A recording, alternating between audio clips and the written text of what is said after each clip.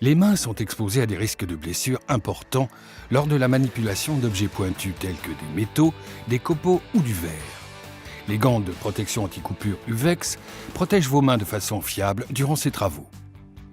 La classification des gants de protection anti-coupure obéit à la norme européenne EN 388-2003. Afin d'obtenir un niveau de protection anti-coupure optimal, la fabrication des gants fait aujourd'hui de plus en plus appel à des matériaux techniques comme des fibres haute performance. Ce développement continu dans le domaine des matériaux nécessite une adaptation des tests de normes et de la classification. C'est pourquoi la norme EN 388 a récemment intégré une autre méthode d'essai, basée sur la norme ISO 13997. Deux questions se posent donc. Comment teste-t-on la résistance à la coupure des gants de protection selon les normes EN 388 et ISO 13997 ?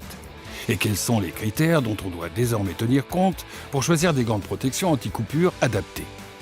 Nous avons tout d'abord demandé à des experts Uvex de nous expliquer ces deux normes, ainsi que les différentes méthodes de test et les classifications qui en résultent. La norme EN 388-2003 concerne les gants de protection contre les risques mécaniques et définit 4 critères d'essai. Outre la résistance à l'abrasion, la résistance à la déchirure et la résistance à la perforation, la résistance à la coupure par lame revêt une importance particulière. Les niveaux de performance de la norme EN 388 sont déterminés par un pictogramme. Le deuxième chiffre renvoie à la résistance à la coupure par lame et est indiqué par un niveau de performance compris entre 0 et 5. Dans le cadre de cette méthode de test, une lame circulaire tourne en se déplaçant d'avant en arrière sur la surface de l'échantillon, tout en exerçant une pression constante de 5 newtons. Les tests sont répétés à plusieurs reprises et on relève le nombre de cycles ou d'allers-retours nécessaires pour couper l'échantillon. L'affûtage de la lame est vérifié au début et à la fin du test à l'aide d'un tissu témoin en coton. L'usure de la lame peut donc être déterminée et prise en compte dans le résultat. Le résultat du test est exprimé sous forme d'indice. L'indice se calcule d'une part en fonction du nombre de cycles nécessaires pour couper l'échantillon et d'autre part du degré d'usure de la lame utilisée. Il est divisé en 5 niveaux de performance. On procède à 5 mesures par échantillon pour déterminer la classe de performance selon la norme EN 388-2003. Les 5 indices sont additionnés et la valeur moyenne obtenue permet de déterminer le niveau de protection anti-coupure du gant. La norme EN 388-2003 permet donc de déterminer la résistance du gant de protection contre un objet coupant dans des conditions de pression constante et de contact répété. La norme EN 388 convient donc avant tout pour tester les gants de protection qui sont utilisés pour manipuler des objets pointus mais relativement légers. La modification de la norme EN 388 fait intervenir la norme ISO 13997 et élargit la méthode de test. La modification de la nouvelle norme EN 388 concerne essentiellement les gants de protection anti-coupure fabriqués à partir de matériaux qui entraînent l'émoussement de la lame circulaire actuellement utilisée, comme par exemple les fibres de verre ou d'acier. Le test ISO 13997 permet de déterminer la résistance du gant contre un objet coupant sous une pression plus élevée et avec un seul déplacement. Une lame droite est déplacée une seule fois sur l'échantillon. À chaque test supplémentaire, la lame est déplacée sur le matériau avec une pression accrue, comprise entre 2 et 30 newtons. L'objectif est de déterminer le poids minimum nécessaire pour que la lame coupe l'échantillon lors d'un seul déplacement de 20 mm. Le résultat du test ISO 13997 est exprimé en newtons. Les gants de protection sont alors classés selon 6 classes de protection contre les coupures, allant de A à F.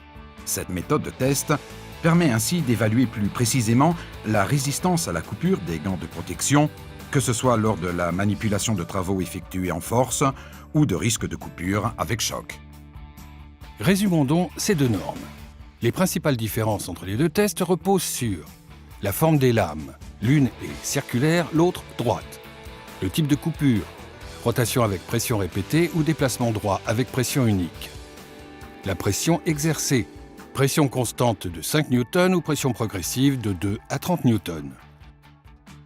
On obtient donc deux classifications différentes des niveaux de performance, à savoir un système de chiffres de 0 à 5 pour le test de la norme EN 388 et un système de 6 lettres allant de A à F pour le test ISO 13997.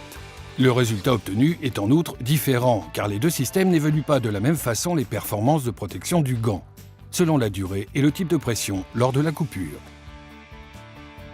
Le test et la classification de la norme EN 388 traditionnelle conviennent plus particulièrement aux gants qui servent à manipuler des objets coupants et relativement légers. A l'inverse, la norme ISO 13997 permet de déterminer de façon plus précise la résistance à la coupure du gant lors de la manipulation d'objets plus lourds, sous des pressions plus élevées ou en cas de risque de choc. La norme ISO 13997 convient donc mieux aux gants fabriqués en matériaux de haute qualité, tels que les fibres de verre ou d'acier, qui offrent des niveaux de protection très élevés et est désormais obligatoire en Europe.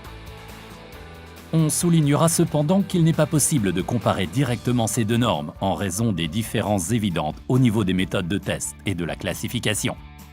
Une bonne performance dans un test n'implique pas nécessairement un bon résultat dans l'autre. Revenons à présent à notre deuxième question initiale. Quels sont les critères dont on doit désormais tenir compte pour choisir des gants de protection anti-coupure adaptés? La publication de la nouvelle norme EN 388 est attendue pour l'automne 2016. Tous les produits continueront à offrir les mêmes performances. Tous les certificats EN 388 restent valides jusqu'à leur date d'expiration. Demandez à votre fournisseur de gants de protection de plus amples renseignements sur les classifications de protection des normes EN 388 et ISO 13997. L'application concrète et le risque de coupure dans la pratique demeurent les facteurs déterminants d'un bon choix. UVEX indiquera les deux normes pour tous les gants de protection anti-coupure à compter de la publication et de la date d'entrée en vigueur de la nouvelle norme EN 388.